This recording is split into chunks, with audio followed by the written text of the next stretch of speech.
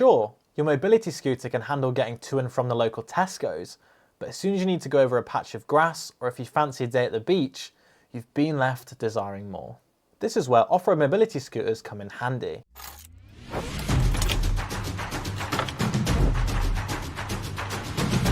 While they're not necessarily all-terrain vehicles, they're more than capable of handling the day-to-day activities that may require you driving away from the pavement, whether that be taking the dogs out, going to the beach, or even areas where pavement is damaged or worn.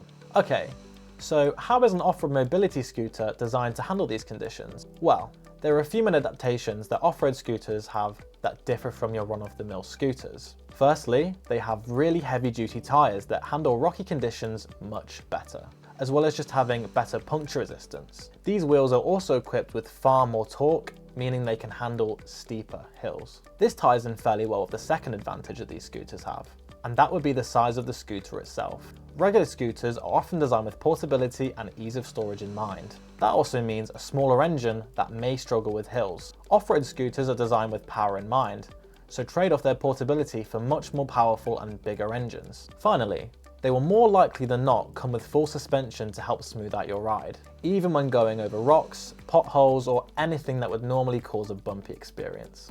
With all of these positives, there has to be negatives, right? Yes, as with most things, you'll have certain trade-offs that you'll have to decide to put up with, or not. It can be difficult to decide, but with that aside, let's look at a few general concerns you might come across with an off-road scooter. Right off the bat, one of the biggest concerns a lot of people have with using an off-road scooter is that they're big.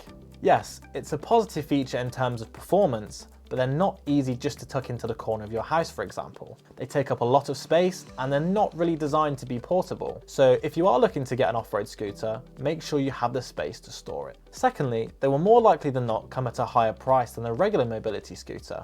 Mobility scooters are already a specialist tool, and these are an even more specialised category of mobility aid. Although you might get lucky with a second-hand purchase, you won't be able to find one for less than £1,000 new.